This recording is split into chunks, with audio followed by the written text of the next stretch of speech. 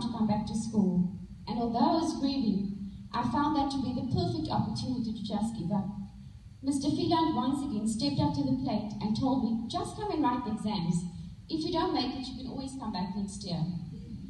When he said that, I totally forgot about my grief. I just had one thought on my mind. If I don't pass, I'm going to sit in this man's class for another year. No can do. So I decided to give it my best shot. I did pass matric. I couldn't believe it. Although looking back now and knowing what I know, I could have passed with such better grades. After I graduated, I wanted to take a gap year, but an uncle of mine told me he would pay for my studies, but I had to do it soonest. I wanted to be an air hostess, but at the time it required geography, and because I was always running away from Mrs. Robson, I didn't do geography.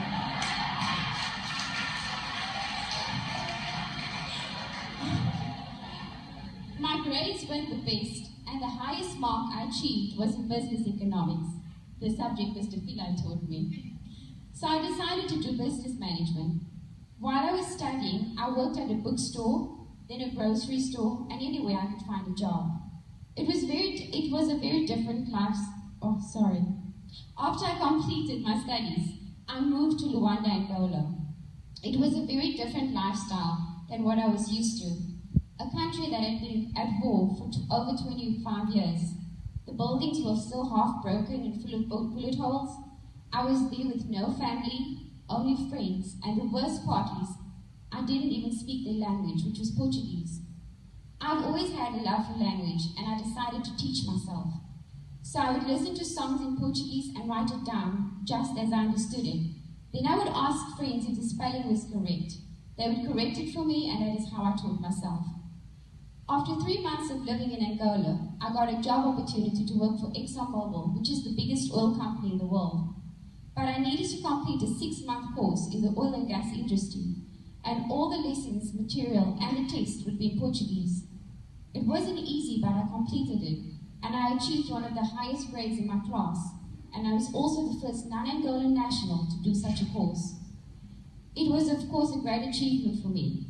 I started off as the Operations Technical Admin Assistant, and within 1 year and completion of another 6-month course, I was promoted to Production Operations Training Specialist. I was sent to the US and then to Canada to do an intense short course on competency assurance, after which I was given the job description of Production Operations Training and Competency Assurance Coordinator. Because our company has so many different affiliates all over the world, I was able to live for 1 year in Portugal as well as another year in Brazil, still doing the same job but just at a different affiliate.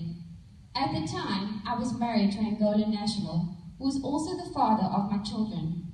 He is a doctor and was doing his post-graduation in Brazil. I want to end off with telling you that my life didn't end up the way I wanted it to be. But then again, nothing in life is certain. I did, however, learn from everyone else's mistakes, and I tried not to repeat them. I think it is important that we all learn from our parents' mistakes, as it is a stepping stone for us. This might sound harsh, but I am glad my mother made the mistakes she made as a young woman, as I was able to learn from hers and not repeat them, and hopefully my children will learn from mine. I have since moved back to South Africa, and I am remarried. My husband is from the US, and we will be moving back there soon. Through all life's challenges, I have made it a point to learn and then apply what I've learned.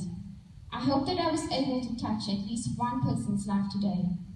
I want to end it with saying, I made it thus far because of all the people, all the teachers, all the family that believed in me. Now imagine what I could have done had I believed in myself. As our late president once said, I will say it in Portuguese first. Eu aprendi que a coragem não é a ausência de medo, mas o triunfo sobre ele. O homem corajoso não é aquele que não sente medo, mas quem vence esse medo. In English it is, I learned that courage was not the absence of fear, but the triumph over it. The brave man is not he who does not feel, but he who conquers that fear.